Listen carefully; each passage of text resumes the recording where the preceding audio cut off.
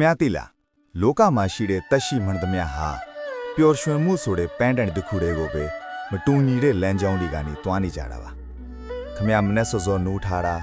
အลึกသွားတာရုံးကန်တာတွေဟာနောက်ဆုံးတော့ကိုနဲ့ကိုချစ်တဲ့သူတွေကိုပျော်ရွှင်စေခြင်းလိုပဲမဟုတ်လားဒါပေမဲ့ပျော်ရွှင်မှုဆိုတာရေလိုပါပဲခွက်ထဲထည့်ရင်ခွက်ပုံစံပလင်းထဲထည့်ရင်ပလင်းပုံစံဖြစ်သွားသလိုမျိုးကျွန်တော်တို့လူဝတ်ကြောင်တွေအတွက်ဗုဒ္ဓမြတ်စွာကချမ်းသာခြင်း၄မျိုးကိုအခုလိုလမ်းညွှန်ခဲ့ဘူးတယ်ခင်ဗျပထမဆုံးချမ်းသာခြင်းကတော့ငါ့မှာရှိတယ်လို့သိရတဲ့ချမ်းသာမှုပါဒါပေမဲ့တခုတော့ရှိတယ်ဗျအဲ့ဒီပစ္စည်းဥစ္စာဟာနေပူထဲမှာချွေးထွက်အောင်အလုပ်လုပ်ပြီးတရားသဖြင့်ရှာဖွေထားတာခေရမယ်သူတစ်ပါးကိုနှိပ်စက်ပြီးရလာတဲ့ရွှေထက်ကို့လှုပ်အားနဲ့ရလာတဲ့ကျေနီးကခမားရဲ့စိတ်ကိုပိုပြီးအိပ်ပျော်စေလိမ့်မယ်မိမိရိုးသားမှုနဲ့တိဆောက်ထားတဲ့အိမ်လေးတစ်လုံးထဲမှာထိုင်နေရတာဟာဘဒုညနာမှာကြည်စရာမလိုတဲ့လွတ်လပ်တဲ့ပျော်ရွှင်မှုမျိုးပေါ့ဒုတိယတစ်ခုကတော့မှန်ကန်စွာတုံးဆွဲခြင်းပါဥစ္စာဆိုတာတူလောင်ထားယုံနဲ့တော့ရေကန်တဲကရေငင်လို့ပါပဲဘာမှအတော့မကြဘူးအဲ့ဒီဥစ္စာကိုခမားကိုယ်တိုင်အတွက်ရောမိဘနဲ့ချစ်ခင်ရသူတွေအတွက်ရောလူအပ်နေသူတွေအတွက်ရောမှန်ကန်စွာတုံးဆွဲတဲ့အခါမှသာပျော်ရွှင်မှုကလှိုင်းထလာတာပါခမားရှာထားတဲ့ပတ်စံနဲ့မိဘကိုလှုပ်ကြွေးရတဲ့အရာသာသူတစ်ပါးကိုကူညီလိုက်ရတဲ့အပြုံးအဲ့ဒါဟာ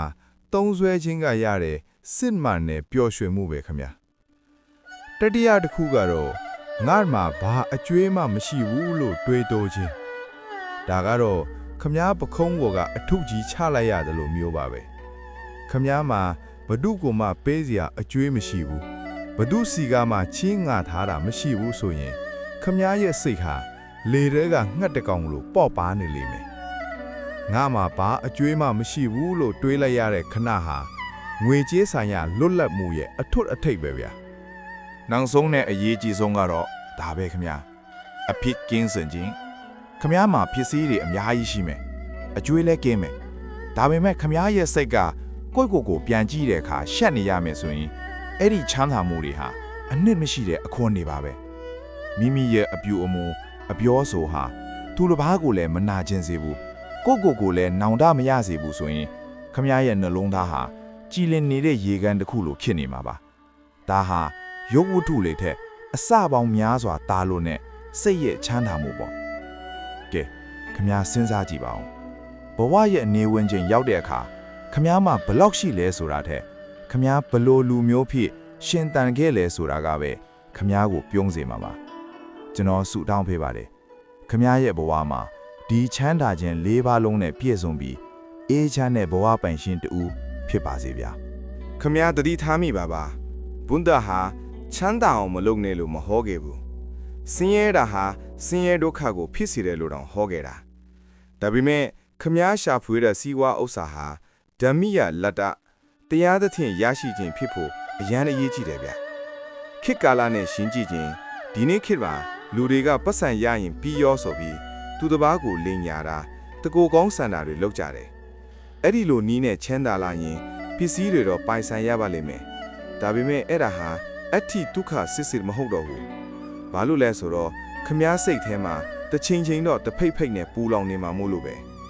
တရားသဖြင့်ရှာထားတဲ့ပစ္စည်းကမှခမားကိုအေးချမ်းတဲ့အစ်စစ်ချင်းကိုပေးနိုင်တာခမားကျွန်တော်တို့လောကမှာလူနှမျိုးရှိတယ်ဗျတစ်မျိုးကရှာယုံပဲရှာပြီးမတုံးရဲတဲ့ဥစ္စာဆောင်လို့လူမျိုးနောက်တစ်မျိုးကတော့ရသမျှကိုအစည်းအဝေးမရှိဖြုံးတီးပစ်တဲ့သူမျိုးဗုဒ္ဓညွှန်ပြတဲ့ချမ်းသာမှုကဒီနှစ်ခုကြားကမျှကြပါခမားစဉ်းစားကြည့်ပါခမားရှာထားတဲ့ပတ်စံနဲ့ခမားရဲ့မိသားစုကိုကောင်းကောင်းကျွေးမွေးနိုင်တယ်ခမားကိုယ်တိုင်လည်းတင်းလျောက်ပတ်စွာဝတ်စားနိုင်တယ်နောက်ပြီးအလူအတန်းဆိုတဲ့ဝိမြခြင်းကိုလုပ်နိုင်တယ်အဲ့ဒီလိုဝိမြလိုက်ရတဲ့ခဏမှာခမားရဲ့စိတ်ထဲမှာဖြစ်ပေါ်လာတဲ့ပီတိဟာဘယ်ပစ္စည်းနဲ့မှလဲလို့မရတဲ့ဘောဂထုခပဲဗျတုံးဆွဲတယ်ဆိုတာဖြုံးတီးတာမဟုတ်ပဲအတိတ်ပဲရှိတဲ့နေရာမှာအတုံးချတာကိုဆိုလိုတာပါအကျွဲဆိုတာစိတ်ရဲ့အကျဉ်းတောင်ပဲခမခေတ်သစ်လောကမှာတော့အကျွဲဆိုတာကင်းဖို့ခက်ခဲတဲ့အရာတစ်ခုဖြစ်နေတတ်ပါတယ်ဒါပေမဲ့ဒီနေရာမှာကျွန်တော်တို့နားလည်ရမှာကနိုင်နှင်းတဲ့အကျွဲနဲ့မနိုင်နှင်းတဲ့အကျွဲပါခမရဲ့ဝင်ငွေထက်ပိုတဲ့အကျွဲတွေတင်းနေပြီဆိုရင် ခမရဲ့ပျော်ရွှင်မှုဟာပျောက်ဆုံးသွားလိမ့်မယ်ဘလောက်ပဲကောင်းကောင်းစားနေရပါစေစိတ်ထဲမှာတော့ငါပေးစရာရှိသေးတယ်ဆိုတဲ့စိုးရင်စိတ်ကလွမ်းမိုးနေမှာအကျွေးကင်းရခြင်းရဲ့ချမ်းသာမှုဟာခမကိုဘသူမျက်နာမှမကြည့်ပဲ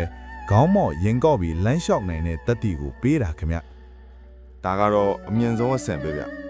ရှေ့က3ခုဟာရုပ်ဝတ္ထုပေါ်မှာအခြေခံပေမဲ့ဒီစတုထအချက်ကတော့နှလုံးသားပေါ်မှာအခြေခံတယ်အတိပေကတော့ခမဟာကနေ့တာကုံဆုံးလို့ညဘက်အိယာဝင်တဲ့အခါဒီနေ့ငါဘသူ့ကိုမှမထိကြိုက်ခဲ့ဘူးငါရဲ့အပြောအဆိုတွေဟာမှန်ကန်ခဲ့တယ်ငါရဲ့စိတ်ချားဟာစင်ကြယ်ခဲ့တယ်လို့ကိုဂုံယူနိုင်ခြင်းပါ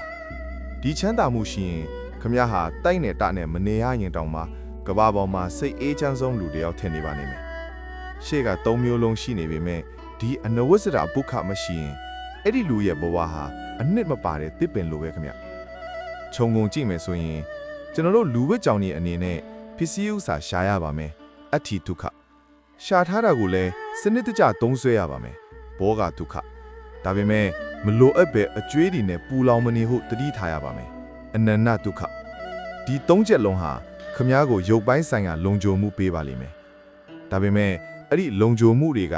ခမ ्या ကိုတကယ့်ပြီးပြည့်စုံတဲ့လူတစ်ယောက်ဖြစ်စေဖို့အတွက်နောက်ဆုံးတစ်ချက်ဖြစ်တဲ့ကိုကျင်တရားစင်ကြယ်မှုအနဝိဇ္ဇအဒုက္ခနဲ့ပေါင်းစပ်ဖို့လိုအပ်တယ်ဟောခမ ्या